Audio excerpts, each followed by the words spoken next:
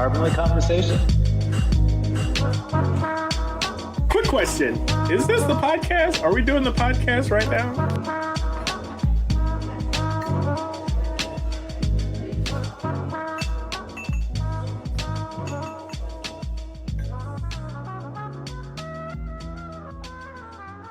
All right. Hello, everyone. Welcome to another episode of Carbonly Conversations. We got your favorite podcast hosts here, Shane and Chad. That's right. Good morning, Chad. We're here. Good morning. We're here to bring you some more information. We appreciate everyone for joining the conversation. And as always, like, comment, subscribe. We've got our Instagram up. We've got the YouTube going. TikTok fans, we've got some stuff on there for you as well. No dance moves yet, though. No dance moves. We haven't found a challenge yet that we really think fits our skill level of dancing. But I'm sure that'll come one day, you know. But yeah, follow us on all social media platforms at Carbonly Conversations. And you know, as always, click the link in the bio. That'll lead you to our Buzzsprout page where has every link known to man that you can find to listen to all of our episodes on whatever audio you use to listen to podcasts. We're pretty much available on it. And if we're not, let us know, and maybe we can see about getting added to that platform too. So love the kickoff, like in the sense of it's really fitting for the topic. We got to start thinking with a kickoff. We've definitely have to see how many football puns we can get in this episode. I'll punt some of those puns your way. So, you know, we all love, well, not us all, but we definitely love sports. I personally live in Ohio, which I was telling Chad earlier, and he already knows, like college football is like a religion here. Home of the Ohio State Buckeyes. The Ohio State. So, you know, it's impossible to escape. I live 5 minutes away from the stadium. And your kids are born wearing scarlet and gray here. So, you know, so it's not something that you can really escape. And I was just thinking, like, when we think about football, we usually think about the tailgating, the drinking beer at the game, you know, supporting your favorite team, wearing your school colors, things like that. But we never really think about the impact of what these games can have on the planet. We don't think about like how much waste goes into every game, because if you think about it now, like some of these college stadiums hold over 100,000 people. And typically the big games are sold out. So, you never really think about it. And, yeah. So, I mean, it's big. Like through our research and reading around, this fact got thrown around, and I literally mean like thrown around, just like the old pigskin. On a lot of the websites, I still am unable to find when the EPA published it, but it seems to be a general enough fact that doesn't give me too much pause. Is that it says, according to the EPA, 50 to 100 tons of waste is generated per each college football game. The range is big, and if anyone's ever attended a large stadium event, like you've seen the bins and bins of garbages that fill up across the stadium, wherever you're at in your section. And, you know, if you're just in one section, there's probably 118 sections or 212, and they all have their same version of those trash bins, recycle bins. Yep. And that's not counting what you don't see in the bathrooms or behind the concession stands or on the way in and out of the stadium, or the things that people like unfortunately litter. Like the 50 to 100 tons, it's like, is that it? Sometimes I wonder, like, after reading this a few times, but it's definitely nothing to, I guess you don't want to fumble this one when you're thinking about how much waste you have to manage if you're operating a football game. See, all right, I have to start thinking of some puns as I speak. We should keep a I'll throw a lateral tally. pass your way, Shane, Yeah, so you can thank you. get going. We need to add Forward progress. when we do this video, we should have like a football pun tally Yeah. at the bottom of the screen. But yeah, I mean, I was doing some research and just happened to come across information about this program called the Game Day Waste Challenge. Um, it started in 2001, which really surprised me. But Me it too. also shows on like how long the I mean, this issue has existed for way longer, since 2001, but just the fact that colleges were focused on this issue since 2001 was good and bad, like kind of nice to hear, and also like sad, because it's like, it's been 22 years, and you know but anyway, it started in 2001 as Recycle Mania, which to me, like Macho Man Randy Savage or Yeah. somebody just pops in my head, like Yeah. The smashing ultimate a recycle recycle bin. warrior. Yeah. Yeah. um Between Ohio University and Miami University. um and they basically, it's a competition where college campuses are challenging each other to reduce waste during game day. So not just specifically football, but across all sports. But as we know, like football tends to be, for a lot of colleges, football is like the biggest sport. It's the money maker for a lot of schools. So Yeah. and what perfect time. I mean, college football just kicked off last week, so we figured this would be a fun topic for us to tackle for you guys. Lots of tackling. Hopefully, tackling for a loss. That is in a loss or a reduction in waste. Right. Yep. I bet all of our listeners are groaning, especially our mothers. The good thing is this program's still going on, like since 2001, which is 22 years, right? Yep. Doing my math Yep. correctly? Yep. And it's now grown to over 1,100 schools, I believe, have participated in it. So that's great to hear that this is really a focus for a lot of these colleges and universities.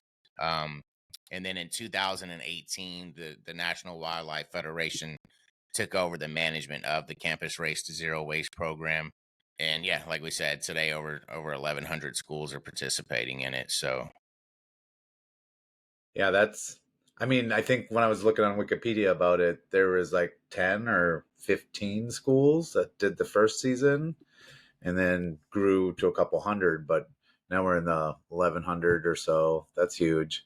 I think you mhm. found some facts here. During 2020, colleges and universities kept more than 380 million plastic containers out of the landfill through waste minimization and recycling. Yep. That's probably a lot. But again, that's maybe what, one plastic bottle per American, give or take, maybe 1.1. Yeah. So in 1 year, we've just reduced that by one. That's something. Yeah. Yeah. And just to kind of paint a better picture. So today, like we said, today over 1,100 colleges and universities participate in this program, where they're recycling, donating, and composting more than 1,064 million pounds of waste, which prevents the release of nearly 1.62 million metric tons of carbon dioxide. And then if you had to compare that into something that's probably easier for us to all visualize, um, that's equivalent to removing over 335,000 gas engine passenger vehicles from the road for 1 year, which is huge. No one, when you think about college sports, you don't necessarily think about recycling. Um, so those are some pretty scary facts, but you know, promising to see this actually being done. So yeah. But yeah, the back where you kicked us off and we started to return this information up the gridiron, the there's just I mean, if you've gone to any of these game, any sporting event, men's, women, college athletics, just even your local high school, like where you grew up, there's a lot of people there, thousands, hundreds, tens thousands. Someone will get into these stadiums, 100,000. That's not counting Yeah. the people working, right, or maintaining. Yep. Or the security forces, or the parking attendants, or whatever it takes to pull these events off. Like that's just a lot. So, and that's a lot of waste generated for each college football season, and it starts to blow your mind. And then you compare that to like all the waste we generate in a year, or like what one city produces. Is like, why are we doing these events? Well, like it kind of reaches back to we're humans. We like to compete. We like to celebrate. We like to be part of a club. I mean, we marched to the Ohio State marching band here to kick off the episode. Mm-hmm. Some of us might want to punt on that and cheer on some other teams, but that we'll get into a little bit with the stadium. So I think it's just a really important topic to cover, especially into fall as we get into our Carbonly listeners. I imagine some are football fans or have football fans in their friend groups or family groups. Yep. For others, like it's like back to where I was just ranting about. It's like, where's all this trash go? Why do we put all this trash in the waste stream? Like, what can we do to manage it? And that's why I love that this came across your radar and you intercepted it right from the get go and started to return it back to our podcast, because I think we were chatting about this a little bit last night, this morning. So it was like early on, and you really you saw that new zone defense, Shane, and like you reacted to it accordingly. I'll try to stop it. An audible. Yeah, there you go. Called an audible. Definitely called an audible. So we wanted to get on top of this topic. But it reminds me of all reading and talking with you, Shane, about prepping for this. So we've talked about recycling in several of our episodes, and I have this vivid memory of where we were talking about, do people recycle correctly? And then we were looking at the bins, and if you look in there in a recycling bin, most of the time it's not getting recycled, right? Like, or the recycling bin's filled with garbage. And one of the articles I was reading about a master's student and the program at a University of Georgia created this, in essence, like they're on a march to go to zero waste at the University of Georgia's Sanford football stadium. But the research for the paper and what they were doing is like that stadium holds 90,000 fans. While the stadium offers front of house bins for recycling, the diversion rate for football games is between 2 and 7%, which means all of the waste that's getting tossed out, only about 2 to 7% of it's getting diverted from the landfill into a recycling stream. And I wonder, does that have to do with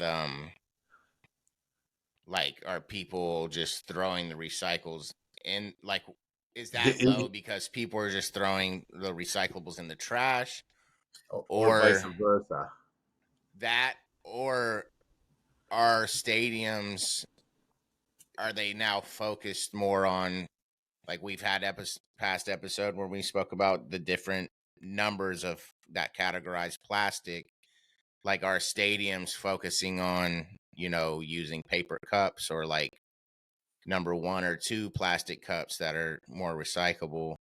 I'm just wondering, but I'm assuming a lot of it has to do with just the first point, where it's like people are just throwing everything in the trash instead of separating it. And Hunter Scully is championing this program at the University of Georgia. He has a quote that says, "Recycling bins are next to the trash bins, and when the trash bins start filling up, fans often use the emptier recycling bins for their trash." So he's a master's student at the UGA School of Forestry and Natural Resource and a zero waste athletics graduate intern. So in essence, that contaminates the recyclables and limits the ability to send them their local materials recovery.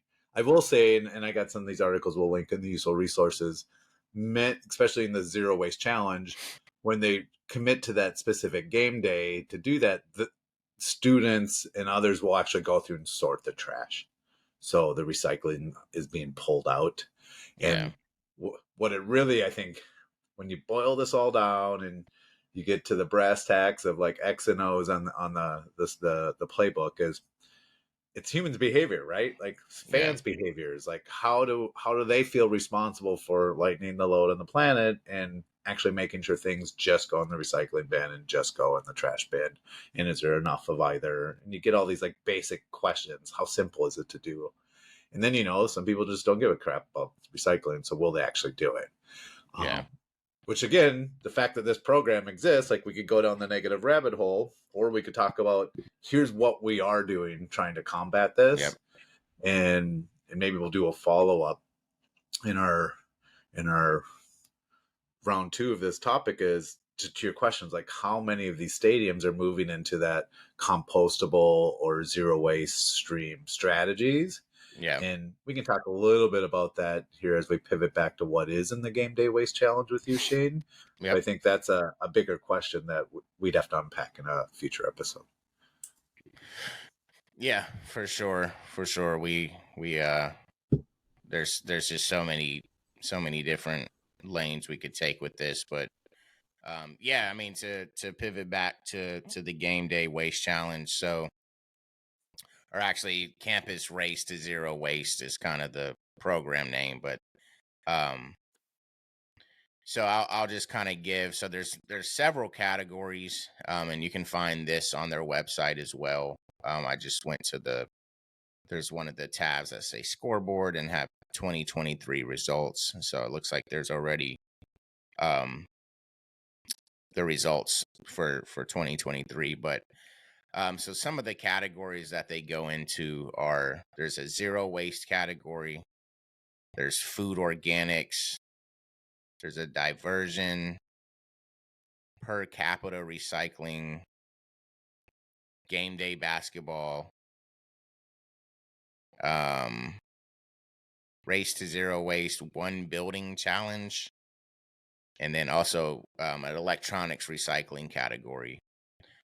So it's pretty. There's tons of things here, and I think this is good because they cover the whole gambit of things. So like, it's not just about, oh, we're recycling the beer cans. Like, it's about like the food waste, the electronics recycling, and things like that.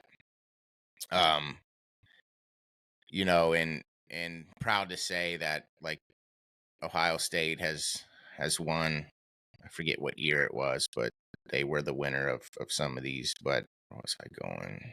Yeah, I don't know where I was going from You there. lost it. Yeah, Shane just fumbled. I fumbled. Take me out the game, coach. Take you out.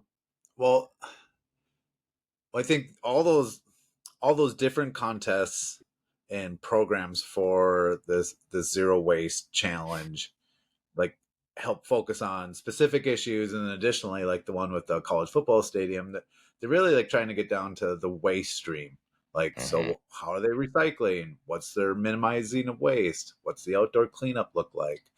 And each stadium or each college football team picks a home game or multiple home games to compete in, and then submit their results. And that's where I think the winners will get selected for this. And again, like, if you have a bunch of college kids working on this, like, hopefully that's embedding behaviors that will drive them into the future. So I think the long-term sustainable or the carbonly impact of this, it's a feel-good moment, right? There's 100,000 people going to a football game, and 40,000 were students, or 20 to 30,000 were students, and they're partaking in this. Hopefully that has a lingering impact, and even on some of the fans as well. So I thought it would be fun to use this new website I found called Trash Cans Unlimited, which is exactly what you'd imagine. It is a company that sells all the different types of waste, trash, recycle bins. But they have this blog series going and talking about how people are using their products or learning more about zero waste and moving. And I just found this fascinating because they wrote an article called "The Biggest College Football Stadiums and Their Efforts Towards Achieving Zero Waste." And they listed the top 25 stadiums by seeding, and just to rub it in a little bit to the Ohio State, their number one rivalry, the Michigan Wolverines. Their Ann Arbor Stadium holds 107,000. Like them or hate them, Yeah. which is about 5,000 more than the Ohio State can fit in Columbus, Ohio. But the fun fact here, I'll pivot to Shane and let him talk about what the Ohio State does better than anyone else. Yeah. So we listed as number 3 on this list here, this ranking list. So the Ohio State Stadium, also known as the Horseshoe. So it says that the stadium has consistently strived to maintain a zero waste status. It diverts at least 90% of its waste to recycling, repurposing, and composting. And it also says instead of outdoor garbage cans, they use compost or recycling containers. And then it also says vendors are encouraged to offer green options that are compliant with recycling and composting to reduce the amount of trash from every game. So that's pretty awesome to see that Ohio State is doing that. Especially like I was saying at the beginning of the episode, like it's one of those stadiums where, like, except for some of like the games where we play smaller teams, like for the most part, these games are sold out. So you're talking about it. This article is a little old and it has the capacity at 102,780 people, which is probably still accurate. I can't think of any recent years that they've made some updates to the stadium. So yeah, I mean, just think of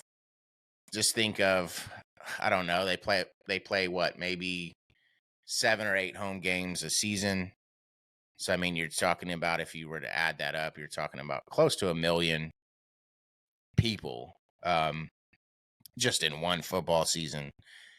So it's very nice to hear that is and we're kind of number 1, kind of like what we usually are in college Kind of number football. So one. I'll cherry pick some of these just because I've yeah. either been or cities. I do like the Tennessee Neyland Stadium in Knoxville. They have 102,000, but what they do is to facilitate their zero game waste days, there's a team of what they call waste warriors in every home football game that helps collect recyclables at tailgates, monitor the bins outside of the stadium, and direct fans on how to dispose of different kinds of waste correctly. Mm. Um, I Uh, will pivot to Austin, Texas, where I've been to multiple games there. It's a lot of fun there doing that. They also have the Sustainable Spirit Squad that helps educate fans and then helps divert things in out of the waste stream. But they also collect the food that goes unsold and donates over 3,900 pounds of food per game to needy families. So that's another good way to make wow. sure food's not getting wasted and thrown away. Yeah. I'll And pivot. You got any other list that you want to talk about? yeah, so this one sticks out, even though it's Michigan, it's Michigan State. So even though it's Michigan, I'll highlight them. Um, Okay. so this stood out to me because they actually, in the article, they highlight how many recycling containers. So Michigan Mm-hmm. State Spartans. So it says that Spartan Stadium has more than 75 recycling containers throughout the stadium. And then it also has like a Spartan Green team where volunteers are there throughout the game to help manage the waste stations and, kind of like we spoke about earlier, making sure people aren't throwing food in the recycling bin. And just because the trash can is full, people aren't walking 10 feet further to find another recycling bin. Yeah. So that's cool. I'm assuming, being that they highlighted the number of recycling containers, that maybe that's a higher number than some of the stadiums. And you're also talking about a smaller stadium. It says that their capacity is a little over 75,000 people. So I mean, hardly a number to scoff at, but still compared to 100,000, still, that's yeah, 3/4. Yeah. yeah. There's one stadium I want to, I guess, crap on, and I hope I'm not going to offend any of our Alabama listeners. But Oh, even this article didn't do him any didn't do much justice. The waste management efforts of Alabama Bryant Denny Stadium are very disappointing. That is literally the opening statement. The stadium is recorded to have a diversion rate of 4.7%, meaning little is being done towards reducing waste from the game's landfills. Although the disposable cans throughout the stadium and tailgaters get recycling bags, there's still more that can be done to promote sustainable game days. I bring that up just kind of laugh because I know like the Roll Tide fans and there's a lot of Alabama love and hate out there for their football team. I feel like whoever wrote this article is not a Roll Tide fan because right. none of them get that treatment. And I think a good way to read this out is I just want to promote Trash Cans Unlimited for this article. Yeah. And here's their closing paragraph. Football is a dear sport for many Americans, and this means every football season, stadiums around the country are handing tons of garbage and waste, which often end up in landfills if no sustainable measures are put in place. Today, stadiums are being recognized for their waste optimizing programs. For an instance, in 2017, Super Bowl 52 worked together with Rush to Recycle, managed to divert more than 90% of game day waste from landfills. Thus, stadiums and arenas have an opportunity to positively impact the environment. And then here you go. Get the right stadium recycling bins and stadium trash cans from Trash Cans Unlimited. Yep. Get in touch with questions. I'm smiling from ear to ear. It's like we just threw a Hail Mary and like caught it to win the end of the game. Because this is a perfect example of like how, for-profit corporations and business can start to influence and impact through information sharing, through guidance, through like, hey, let's key in on these football games at tons of, what is it, like 12 games per season? So that's like 1.2 million people. Yeah. Maybe a bunch of overlap, in the Ohio State are going to these games, but still, it's 500,000 people or more that go to this. Yep. It's a big deal, right? So what can we do to update and recognize an award, but also, build our business models around this too. So Yeah. just a small scratch of this fall season. Anything you would like to say as I hand off the closure of this episode to you, Shane? Thank you, Chad. I'll play some more of the OSU fight song in the background as we kind of close it out. But no, I mean, I challenge everyone, especially if you are if you frequent going to games and things like that, to maybe make a focus on making sure that you're utilizing the resources that these stadiums have out there for you to recycle. And then it sounds like some of them even have volunteer programs. So, hey, I mean, if you have free time, maybe seeing about volunteering at one game a season, maybe, and kind of taking it that way and just being more involved in the focused on diverting this waste and preventing it from going into landfills. And maybe next we can work on the tailgating aspect of it, because I'm sure these tailgaters are still just throwing a lot of their stuff just wherever. But no, this was a really fun one. This was really nice to learn about this campus Race to Zero Waste program. So shout out to National Wildlife Federation for running this program. And I don't know, it's really fun to hear. Like it was fun to tie this into its college football season. So it was fun to tie this topic into that and 100%. see how we can even be more carbonly when it comes to college sports. So there's an opportunity to be carbonly in everything we do, and here's a good example. There you go. That's a good ending line right there. Can't think of any more football puns to close out with. Let's see. No, you might have covered them all, Chad. Yeah. Next time we'll use a timeout to come up with some more football puns. There we go. All right. Till next time, Carbonly listeners, we hope you enjoyed this one. And, see you next time.